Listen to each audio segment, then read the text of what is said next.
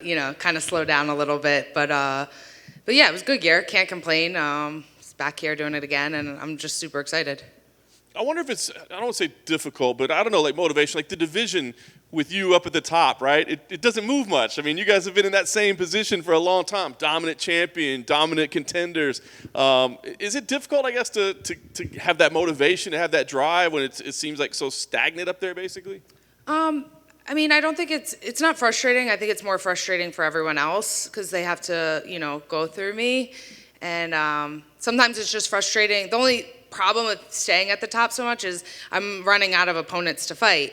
I fought like almost every girl in the top 10, and then the girls that are like up and comers and doing really well and look good, I'm like, ooh, I haven't fought them. I want to fight them. And they're like, well, they're ranked too low. I'm like, well, then who am I supposed to fight? That's not, it's not my problem. So that part is a little bit frustrating, but since I've been at this division, I've been in like the top 2 or 3 spots. So I think that, for me, I don't know many other fighters that have kind of fought that many top 10 opponents in their career and then stayed there throughout this time. Yeah. Well, that's what I wondered. So like if somebody's, 15 or whatever, unranked, are you even open to those fights? Or do you think, man, I've worked so hard to get here, I can't put my reputation on the line for you? No, absolutely. Give me the lower the better. I'm cashing paychecks.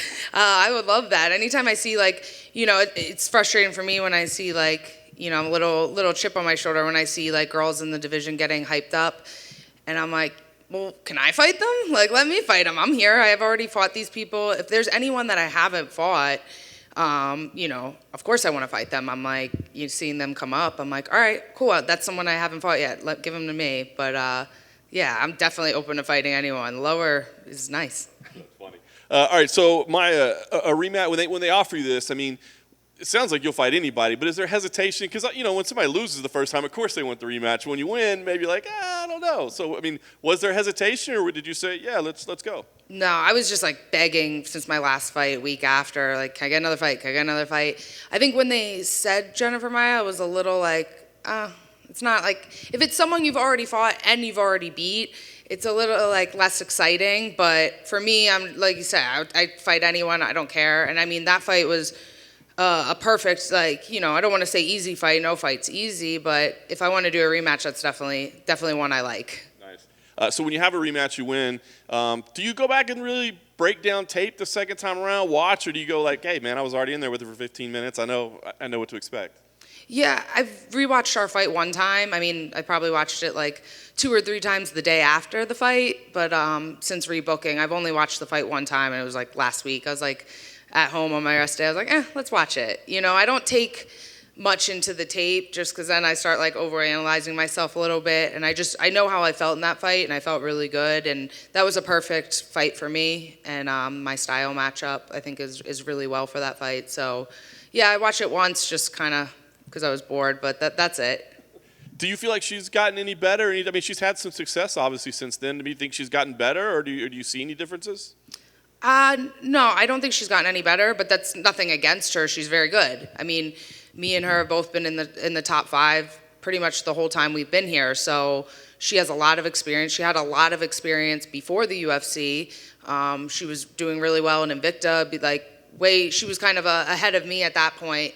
And so I don't think that her skills have improved, but that doesn't mean she's not good. Her skills are already good.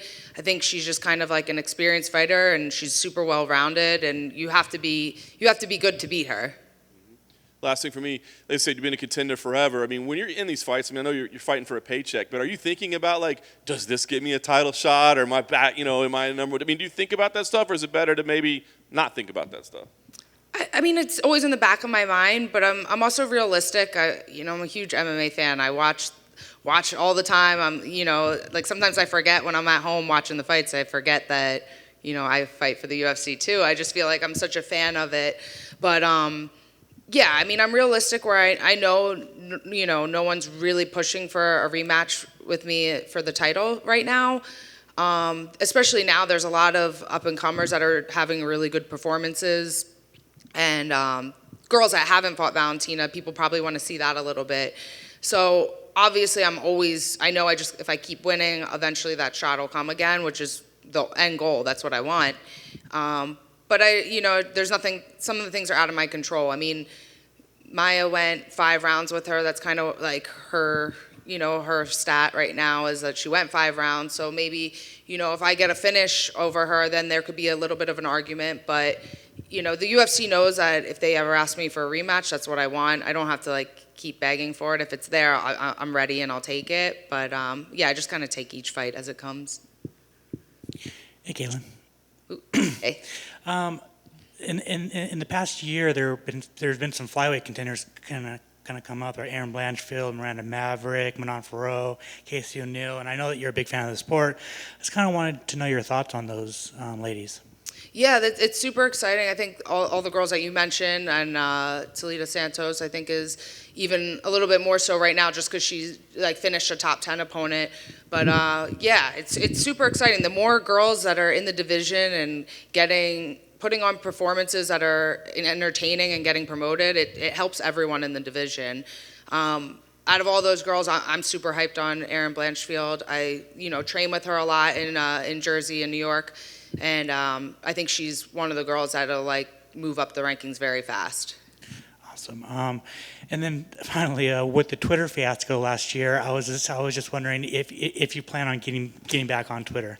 So I had to delete my Twitter because I've tried 100 times to get it fixed. So I deleted it, and then I have it back again under the same handle, @VlonFighter, but it's not verified, and I have 5 followers. So I'm I can't even tweet during the fights and get my tweets up because I'm oh no, it's unverified right now. But hopefully we can get that fixed, and I can get back on to normal routine on there. Cool, thank you. Yeah. No problem. Yeah, right. There's a way you can get more followers. Yeah, it did work. I mean, people are a lot nicer. Some fans are a lot nicer to me now on social media than A before. certain sort, I imagine. Yeah, fighting top 10 opponents every fight doesn't help, but getting a couple of Twitter likes, people enjoy that a little bit more. Yeah. All right, thank you.